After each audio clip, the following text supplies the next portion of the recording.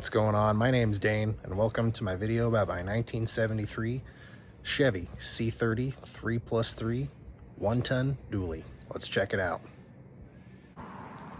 Now, I got pretty serious about trying to buy one of these trucks about a month ago because I've always wanted one, but people were just asking way too much money from what I saw. I went to go look at a few and the deals kept falling through.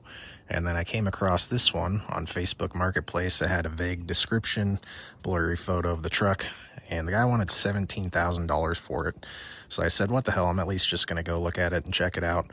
And turns out it was a one-owner truck. It's been in Spokane its whole life. It only has 66,000 miles on it. At first I was pretty skeptical, but I'll show you a few reasons why I do believe this truck only has 66,000 miles. It was pretty cool. Looks like this truck was purchased up in Newport, Washington, and then brought back to Spokane, and that's where it's been its whole life. So went and looked at the truck. I fell in love with it. I had to have it. There was no way I was paying $17,000 for it. It had a camper on the back, and ended up negotiating with the guy, and I got it for way less than 17, so I was pretty happy about that. But I'll kind of do a quick walk around and show you what we got.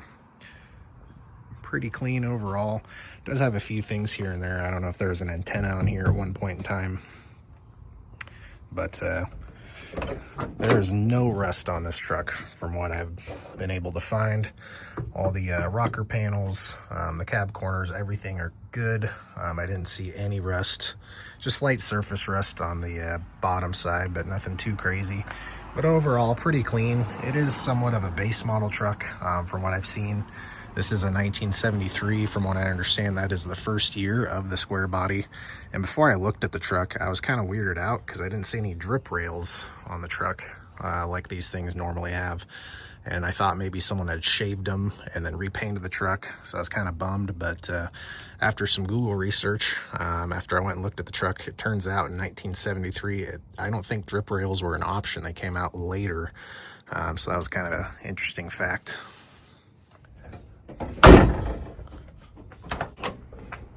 Here's what the back looks like.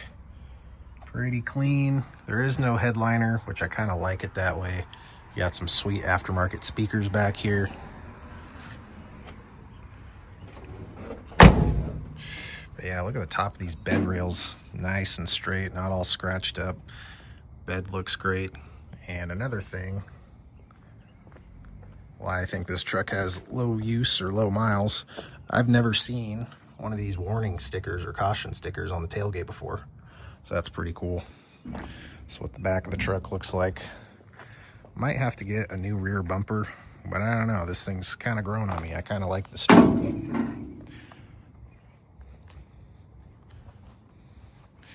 And at one point in time, they tried to detail the truck and must have buffed it, and they left a bunch of rubbing compound everywhere all over the truck. So if you see a lot of white marks, that's what that is.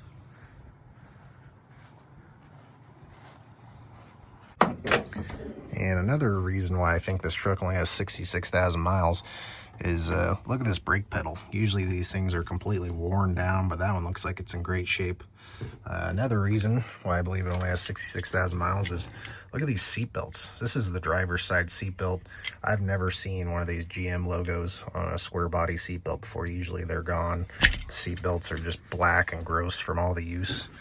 Another thing I thought was interesting is this truck only has one key that opens the doors and turns the ignition. Usually I'm used to seeing two keys with a GM truck. It does have a CB radio. Gotta leave that in there, I think. I'll pop the hood and show you what we got going on here. Before I do that, these trucks, if you don't know, on the square body hoods, they start kind of bowing right here. Over time, these hinges seem like they just get harder to close, and there's not a lot of support in these hoods, so they tend to crease and bow. So I did correct that. Put my phone down.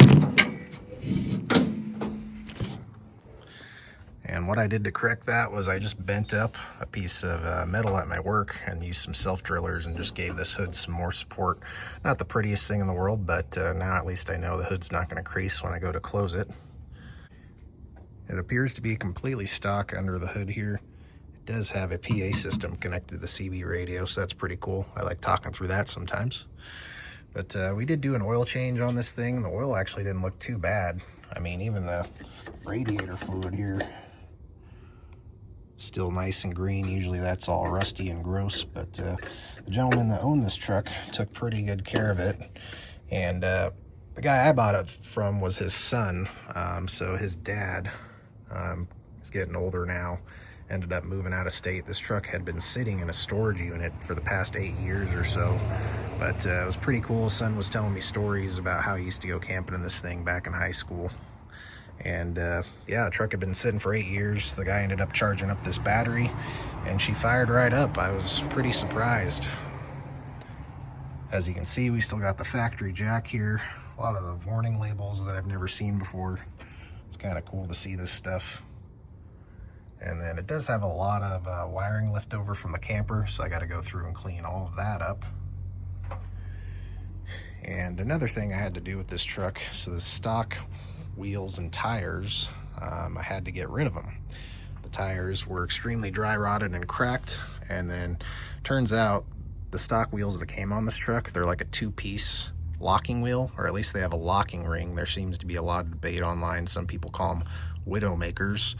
But either way, none of the shops in my area would touch those wheels just due to liability reasons. So I had to find a new set, and I thought there would be a lot for sale on Craigslist or Marketplace. But it turns out getting a set of these dually wheels was kind of difficult. I ended up getting 2 wheels from a local tire shop that were off a 1985. I went to a wrecking yard and I was able to get 1 wheel off an 86, and they had 3 more wheels off a 93 dually, but all of them ended up fitting.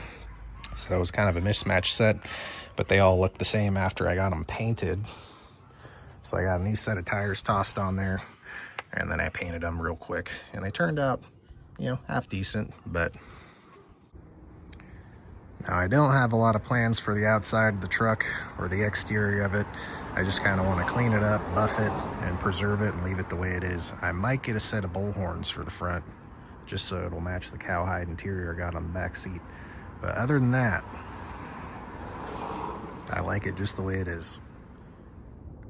All right, that's probably going to do it for today's video. Just kind of want to show you the truck, and I do have some big plans coming for this truck in the future, so if you're interested, you'll have to watch my next video. But anyways, thanks for watching.